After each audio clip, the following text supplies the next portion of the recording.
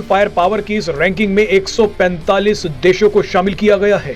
List में पहले number पर अमेरिका, दूसरे नंबर पर रूस और तीसरे नंबर पर चीन है। भारत ताकतवर सेनाओं की सूची में चौथे नंबर पर है, लेकिन यहाँ एक बहुत बड़ा खेल हुआ है। दोस्तों, ग्लोबल फायर पावर इंडेक्स हर साल रैंकिंग निकालता है मिलिट्रीज की।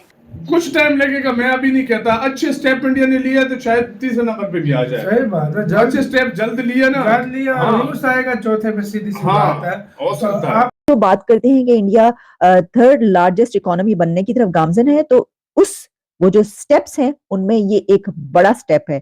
नंबर 3 पे चाइना, नंबर 4 पे है दोस्तों इंडिया। इंडिया पहले भी नंबर 4 पे था, इंडिया आज भी नंबर 4 पे है और इंडिया के पॉइंट जो परसेंटेज है वो थोड़े से बेहतर हुए हैं। पहले इस रैंकिंग में पाकिस्तान और बांग्लादेश का नंबर भी देख लीजिए। पाकिस्तान इस साल टॉप 10 से भी बाहर हो गया है।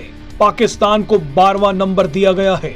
मजे की बात देखिए कि पिछले साल पाकिस्तान 9वें नंबर पर था। 16 नवंबर 2024 को भारत ने एक सक्सेसफुली टेस्ट किया है लॉन्ग रेंज हाइपरसोनिक मिसाइल, और ये कहते हैं कि पाकिस्तान के काफी हिस्से और साथ साथ चाइना के भी कुछ हिस्सों को ये कवर करता है।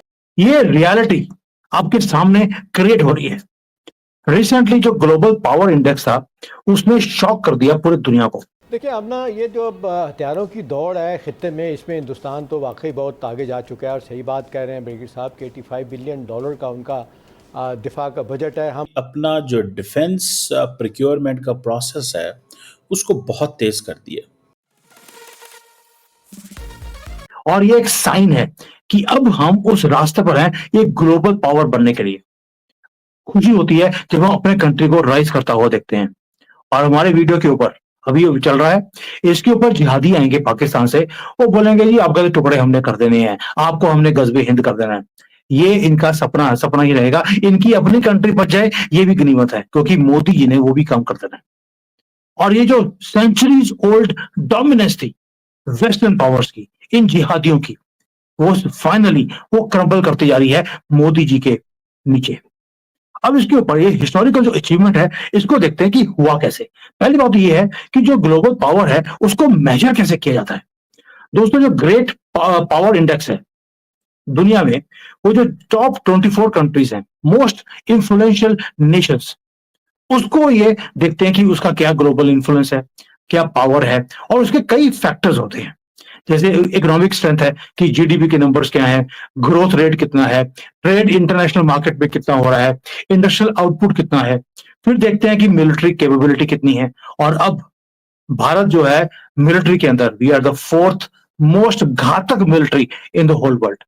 तो ये सारी फैक्टर्स है मिलिट्री कैपेबिलिटी के। डिफेंस बजट कितना है, वेपन्स कौन से हैं, टेक्नोलॉजी कौन से हमने करी है, साइंटिफिक इनोवेशंस कौन सी हैं, एआई रिसर्च कितना कर रहे हैं, साथ में सोशल और पॉलिटिकल स्टेबिलिटी कितनी है।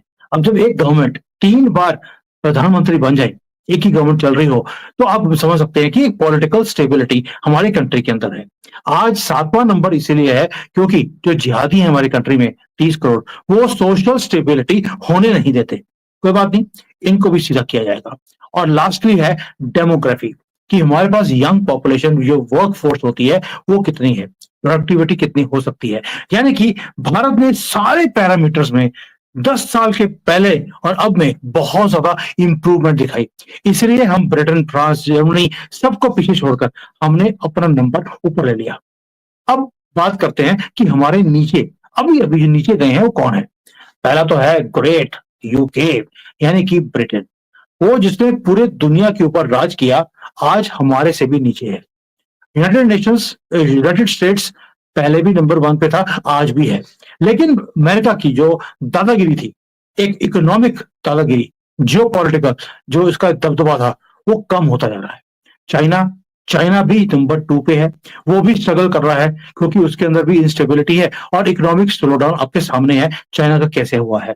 इवन दो फाइट कर रहे हैं, तो यहाँ पर इन्होंने ऐसी पॉलिसीज बनाई है कि भाई मैं खुद हैरान हूं कि नेशनलिज्म किस तरह से इन्होंने इंक्रीज किया है। बट भारत है फास्टेस्ट ग्रोइंग पावर। हम आउटपेस कर रहे हैं वेस्टर्न जायंट्स को। रशिया भी ऑलरेडी इकोनॉमिक सैंक्शंस के कारण थोड़ा वीक हुआ है। फ्रांस, यूके अपना ग्लोबल इन्फ्लुएंस खत्म होते जा रहा है क्योंकि उनके अंदर इकोनॉमिक स्टैग्नेशन है। दोस्तों, इसीलिए जब ये सारे नीचे जा रहे हैं, हम राइज कर रहे हैं, हमारी जो स्पीड है राइज करने की वो डबल स्पीड हो गई। यानी कि हमारे लिए ये हिस्टोरिक मोमेंट है। हम एक राइजिंग पावर नहीं रहे, अब हम एक डेवलपिंग कंट्री नहीं रहे, अब एक ग्लोबल फोर्स की तरफ हम चलते जा रहे हैं। पहुंचे नहीं है, बट 7th रैंक लेना यानी कि और 4th rank in the army, it shows कि अब हमारा नंबर बहुत जल्दी 3rd नंबर पे आने वाला है। वो भी बताऊंगा कैसे। दोस्तों, पहले बात यह है कि जो ये राइज मोदी जी ने करवाई है, क्या एक कोइंसिडेंस है कि भाई बाकी सब नीचे आ रहे थे तो हम ऊपर आ गए? इसके पीछे स्ट्रेटेजिक प्लानिंग है, बोल्ड रिफॉर्म्स हैं, और जैसे मोदी जी ने एक्सप्लोसिव एक इकोनॉमिक ग्रोथ का प्लान बनाया कि भाई अब तो IMF, वर्ल्ड बैंक बोलने लग गए हैं कि हमारी जो ग्रोथ है it is 3 times faster than US and Europe. हम एक बूमिंग मैन्युफैक्चरिंग बेस हम बनाते जा रहे हैं, टेक्नोलॉजी को हम अडॉप्ट करते जा रहे हैं, स्टार्टअप्स का एक बहुत बड़ा इकोसिस्टम भारत में बनता जा रहा है। यानी कि भारत ने रूल्स रीराइट कर दिए ग्लोबल इकोनॉमिक्स के। The Indian spending has increased manifold. मैं मिलिट्री एक्सपेंडिचर की, डिफेंस बजट की बात नहीं कर रहा। So make sure this thing, मैं इसके ऊपर पूरी डिटेल में बताता हूँ। अब ये एक तो इंडिया अपना जो डिफेंस प्रोक्योरमेंट के प्रोसेस को एक्सपेडाइट करना चाहता है, रिमेंबर। और एक्सपेडिशन से क्या मुराद है कि मतलब जल्दी जल्दी सारी रेड टेपिज्म को ख़त्म किया जाए। और and what's the goal? The goal is the military, upgrading the military equipment. और वो क्या, अब आपको पता है इंडियन एयर चीफ ने बात की कि जी हमें टेक्नोलॉजिकल एडवांसमेंट चाहिए। हम एक जगह पे जाके अगर फॉर एग्जांपल R&D करते हैं and we do not execute और we do not get the desired result, हम नहीं मांग चाहते, हमें वो प्रोडक्ट नहीं मिलती, तो वो R&D अगले 2, 4, 5, 7 साल 10 साल के बाद ख़त्म हो जाती है।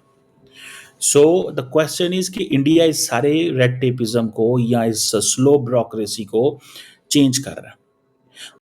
जय हिंद दोस्तों, आपका फास्ट नॉलेज फैक्ट में स्वागत है। आज जब दुनिया के हर कोने में संघर्ष, तनाव और सैन्य टकराव की स्थिति बनी हुई है, ऐसे में हर देश अपनी सैन्य ताकत को बढ़ाने में लगा हुआ है। ग्लोबल फायर पावर GFP की रिपोर्ट 2025 के अनुसार उन देशों की सूची जारी की गई है जो सैन्य दृष्टिकोण से दुनिया में सबसे अधिक प्रभावशाली माने जाते हैं। दोस्तों, इस लिस्ट में भारत 4थे नंबर पे है। भारत दुनिया की सबसे तेजी से बढ़ती अर्थव्यवस्था वाला देश है। इसकी वजह से इसकी सैन्य ताकत भी काफी मजबूत है। भारत के पास कुल सैन्य कर्मियों की संख्या 51,37,550 है। इसके पास 2,229 एयरक्राफ्ट भी हैं, जबकि 4,201 टैंक भी मौजूद है। भारत ने हमेशा से अपने सैन्य बलों को हमेशा से बढ़ाया है, यहाँ तक कि अब नेवी को भी काफी ज्यादा मजबूत किया जा रहा है और भारत समुद्र पे राज करेगा, क्योंकि इंडियन ओशियन का नाम भारत के ओशियन के नाम पर ही रखा गया है।